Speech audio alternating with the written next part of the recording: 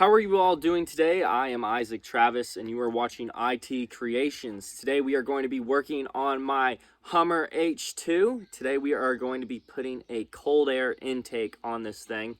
Reason I'm putting a cold air intake on this, the original intake on this thing, the stock intake, is actually cracked, the rubber gaskets, and they're all messed up, and it's just it's not a good thing to have that all cracked up. So I'm going to be putting a brand new intake, and you might as well upgrade it and go for a cold air intake, get a little bit more horsepower, we're going to get this thing running right. So let's get to it. This is my new intake. I did order this thing off of Amazon. It was only like 150 bucks. So let's unbox this thing, get all the parts taken out, kind of get it put together. And it came packaged pretty nice, actually. All my new rubber boots. Very nice. Some of the hardware. And bolts. Heck yeah.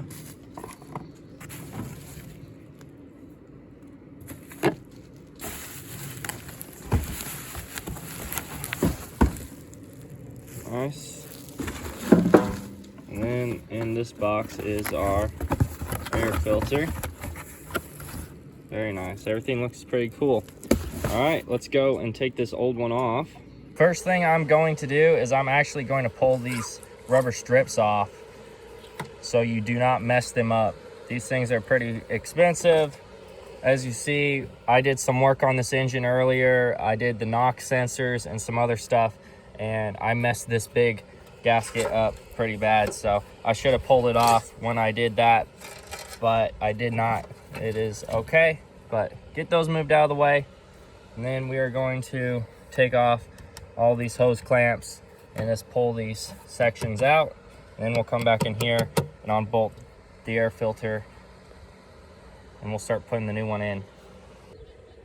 I took that clamp off, and I took these clamps off here.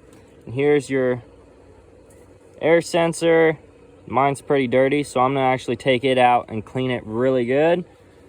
And then let's pull this thing out. As you see, this thing is so weird. Like, it's got all this weird garbage on it. So that's gonna be nice to get rid of it. And as you see right here is where it's messed up. Like, that gasket was all messed up. And yeah, it's gonna be nice having a nice new air filter on this thing. And then you're gonna know it's gonna be sucking in some nice clean air with my new filter. So there was 3 10mm bolts that held this thing on, and that is it. It just slides right out of there, just like that. I got this metal piece all bolted in with all 3 bolts.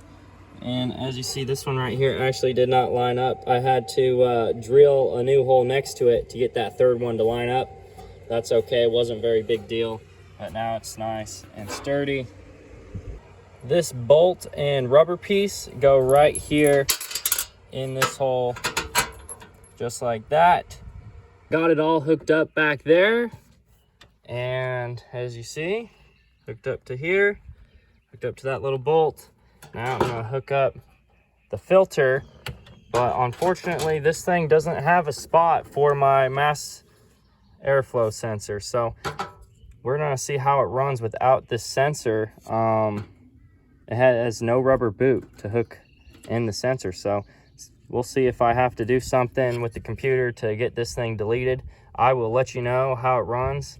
A little disappointing. On the pictures, I believe it showed the mass flow sensor, but who knows. I got it all hooked up. As you see, there was nowhere for my mass airflow sensor, which is okay. But now I'm going to put these little seals on, and let's start it up and see how she sounds. As you see, it is really close to our fan blade right there. It's not rubbing, but it's close. Besides that, it looks real good. I ended up coming down here to O'Reilly's and I bought this cuffler here so I can get my mass airflow sensor in. And this thing has a check engine light on and it just runs like absolute garbage without this sensor in. So make sure you get one that accommodates your air sensor. There we go. I got it all hooked up, got my air sensor hooked up. It only cost me another $26 to get this system all situated, but I'm gonna have the guy reset my check engine light. Let's take her down the road. Okay, he reset my check engine light. Even the knock sensors and everything that I did in the past was still on the computer, so we ended up resetting the thing completely. As you see, it is no longer a check engine light. That service air system is from something else that's been deleted. As you see, I can just get rid of that.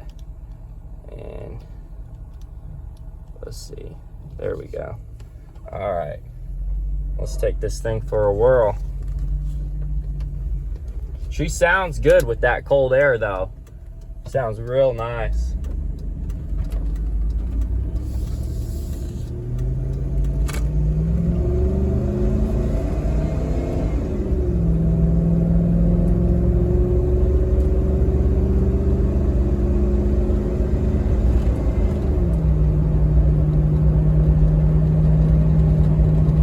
Yeah, she's running good now.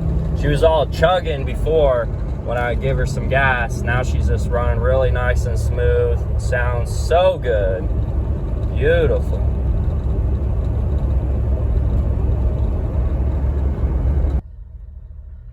Just made it back home, and as you see, my check engine light is still turned off. I am super happy about that. Okay, that is going to be it for this video. I hope that this helps you out. And yeah, make sure that you get your oxygen sensor or your mass airflow sensor hooked up. Make sure you get the right parts for that, because this thing runs like absolute garbage without that sensor in there. So now we know. I knew that those are very important, but I really figured it out on this truck. So very good to know. But as always, make sure to like, share, and subscribe. We always got something crazy going on this channel, and you do not want to miss it.